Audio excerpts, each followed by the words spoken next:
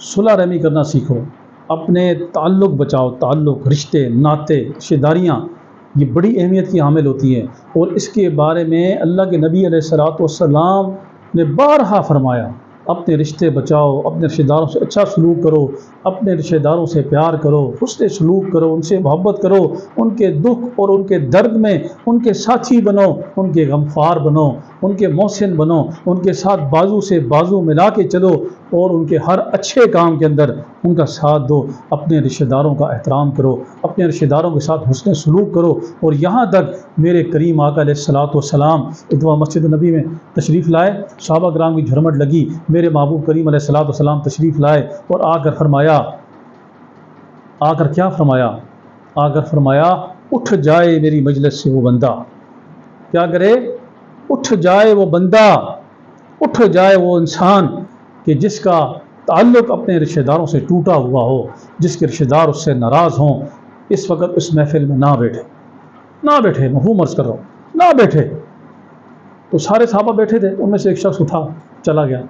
کے چلا گیا، تھوڑی دیر بعد واپس آیا، میرے کریم آقا علیہ الصلوۃ والسلام نے پوچھا، او میرے پیارے صحابی کہاں چلے گئے تھے؟ عرض کی یا رسول اللہ صلی اللہ علیہ وآلہ وسلم، میرے ماں باپ آقا آپ پہ قربان ہو جائیں، میری خالہ مجھ سے ناراض تھی، تو لہٰذا جب آپ نے فرمایا میری مجلس سے اٹھ جائے وہ شخص کہ جس کے رشتہ دار اس سے ناراض ہوں، تو میں اسی وقت اٹھا اور میں اپنی خالہ کو راضی کر کے اس کو منا کے آقا واپس آپ کی مجلس میں آ کے بیٹھ گیا ہوں، میری یہ حاضری قبول ہو گئی۔ میرے محبوب کریم علیہ السلام نے فرمایا ہاں تیری حاضری قبول ہو گئی۔ تو کیا معلوم چلا؟ اپنے رشتہ داروں سے محبت کرو، اگر وہ آپ سے ناراض ہو گئے، چھوٹی چھوٹی باتوں پہ پتنگڑ نہ بناؤ یار۔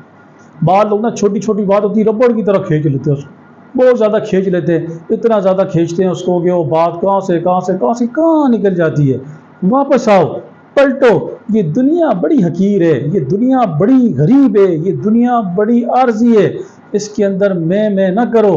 بلکہ عاجزی اختیار کرتے ہوئے اپنوں کو سینے سے لگانا سیکھو، اپنوں کے قریب آنا سیکھو، اور ان کے ہر اچھے کام ان کے ساتھی بن جاؤ۔ تو اللہ تبارک و تعالیٰ سے دعا کیا کرو، یا اللہ